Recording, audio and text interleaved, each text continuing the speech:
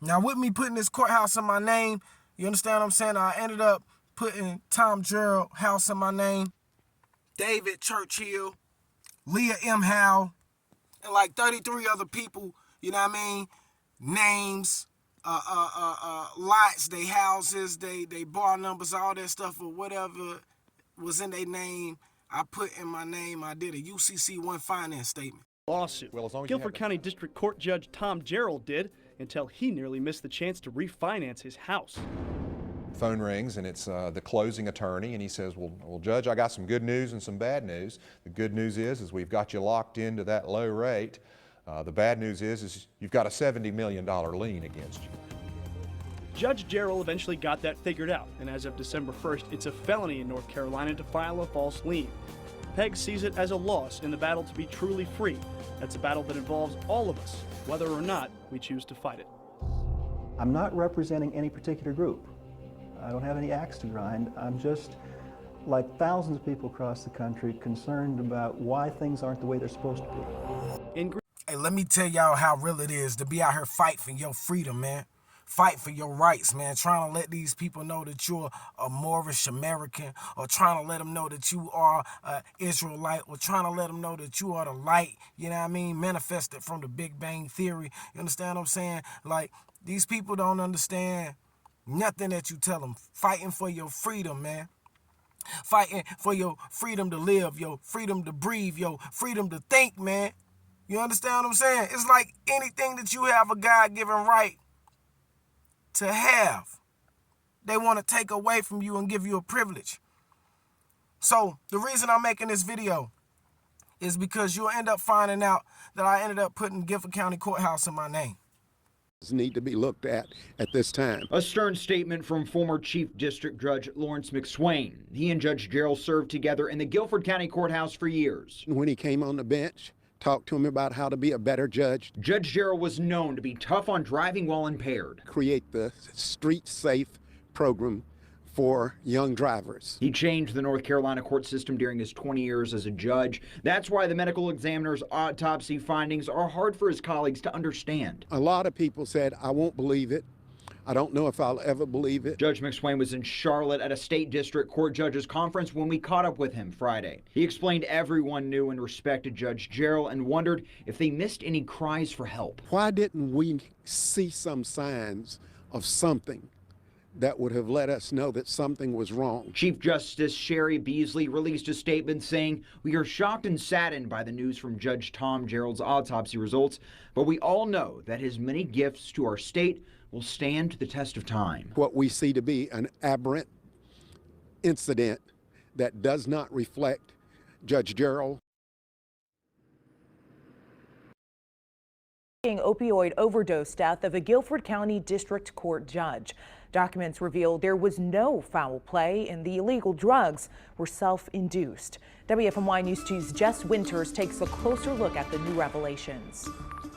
Now today I drove to the medical examiner's office in Raleigh to get these documents. 7 pages detailing the overdose death of 56-year-old Guilford County District Court Judge Tom Gerald.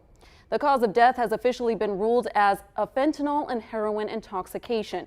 Initially, High Point police thought there was cocaine in his home because they found a powdery substance in the bathroom. But after further investigation, the medical examiner's office says the only illegal drugs present were heroin and fentanyl. There were other prescription drugs found near him for medical issues with his irregular heartbeat due to an enlarged heart. Now, many of you commented on our social media pages, how can someone who enforces the law, a judge, die of an overdose? The report says there was no foul play suspected, indicating Judge Gerald injected the drugs himself, ruling it an accident. The autopsy says there was a needle puncture in his arm and he was found face down in fetal position with scissors in his hand. There was clothing spread around him with some tags cut off. High Point police say his overdose death highlights the fact that no one is immune to the ongoing opioid epidemic. I just want to say, how can they rule a judge's death as an accident when he injected opioids and heroin into his own system? Then on top of that, how can they say that any cases that he had against him, they don't want to, go back into his history and rule those cases out as probably being, unjustified rulings because, he was an upstanding and an outstanding judge. Man, at the end of the day, man, this is why when you go back in 2012, I put the courthouse in my name. Yahweh Shah chosen, man. Go look on my page. You'll end up finding out first man owns High Point Courthouse. North Carolina, Guilford County Courthouse. Here's a few good videos of me, and I don't got a lot of views on this channel right here, but I am working on getting things done. So today we're going to be talking about the first man who owned Guilford County Courthouse in High Point, North Carolina.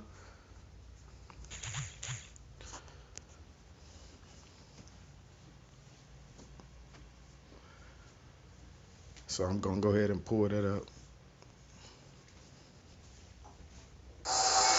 We've been lied to. We've been misleaded. We've been judged.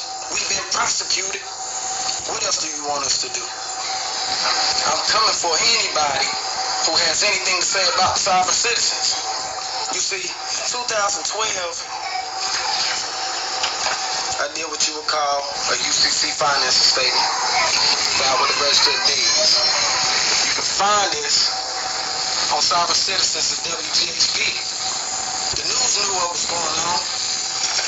These people told me I was unjust and I was wrong for putting the courthouse in my name. A judge. Do you read? You can read this, understand what I'm saying. I know that this is backwards, but my whole thing is third dimension and beyond. Me, myself, personally, obtained the courthouse and put liens on everybody in it for $800 million apiece. Now, in 2012, I kept that courthouse from around September the 14th, 2012, all the way to January the 18th, 2013, when I finally released the paperwork back to the courthouse for them to have their deeds back. Okay, now let's keep this thing going. Now I'm going to go to WGHP, Sovereign Citizens. Now let me remind you that this is when the news put out that James Peggs, a sovereign citizen, spoke for what I done in 2012 with the Guilford County Courthouse, which is a white man, a Caucasian, a European, an Edomite, who I do not know. In your nature to reach for more. It's in our nature to make it cost less. There is a group of people living amongst us who walk like us, talk like us, and act like us, but they say they are different. They don't believe in the United States, and they say they're independent from our country's government. Well, are they smart? Are they crazy? Are they dangerous? Fox 8's Mitch Carr has this report on sovereign citizens. You can decide for yourself. We're all born sovereigns. We're all born free. The idea of sovereignty is there's no jurisdiction, there's nothing above me. Decided to check out from federal and state laws. Realism, true facts never get in the way of this book. The word sovereign means possessing supreme or ultimate power. Those that declare themselves sovereign believe only in their own authority, and getting into the movement begins with a tangible declaration. I, James Ronald of Peggs family, am a natural, freeborn sovereign without subjects. Jim Peggs is one of about 300,000 Americans the FBI classifies as sovereign citizens, though Peggs doesn't like that term because citizen means subject of. I am not in any jurisdiction, for I'm not a subject status. He doesn't pay taxes. He believes our paper money is worthless. The only laws he observes are those he agrees to follow, discarding those he says aren't legitimate. No such laws, nor their enforcers have any authority over me. He's put his reasons down on paper in this declaration, filed with the Guilford County Register of Deeds 6 years ago. Is a way of being very much in tune with our original documents, the Constitution, the Declaration, and declaring our rights back.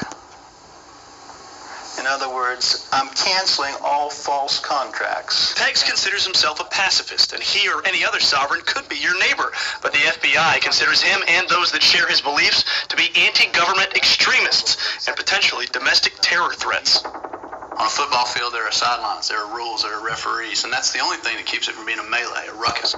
So if you have a contingent out there that believes that all of the rule book just doesn't apply to them, that's a problem whether it's in society or a football game. Either way, it creates chaos.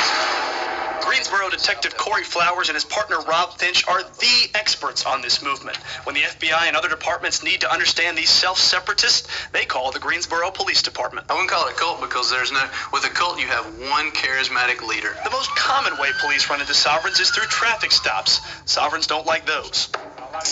I believe that the government is misusing these officers to raise money. So instead of being a protector of society, they are harassing society. The items on this table are proof that some people in this movement have exited society, and in some cases, reality. Mailed the original citation back to the trooper and writing refusal for cause on it, basically saying, I don't accept your contract. This is signed by Hillary Clinton, so I think we can, on its face, get rid of this. These are not vanity tags. They put them on the back and blatantly drive them in the city streets. This stuff looks official. It's not. It's fraudulent, not worth the paper it's printed on. They believe these items are more legitimate than what you and I get from the DMV or from the federal government. But, it costs you $2 to make it, and these guys sell them for $150. And if public officials interfere with these governments of one, there are consequences. They want to go out and sell property, this could become a problem. In the Guilford County Register of Deeds office, you'll find dozens of property liens and lawsuits.